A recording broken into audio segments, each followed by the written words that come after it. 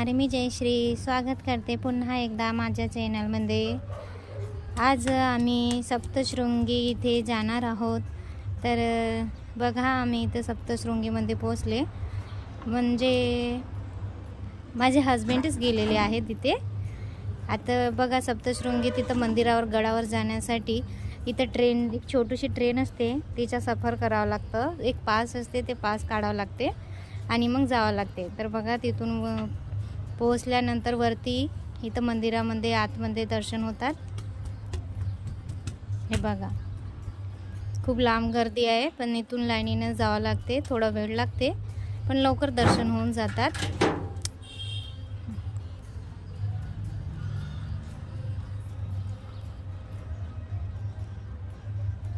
हे बघा, थोडंसं जवळून दाखवत आहे।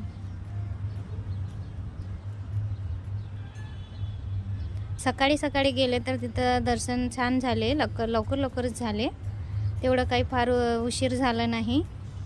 हे बघा, इथं देवीच्या पावलांचे दर्शन होत आहे।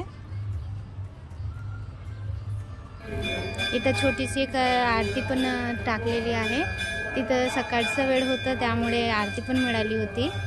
तर बघा, इथं आरती पण टाकत आहे मी।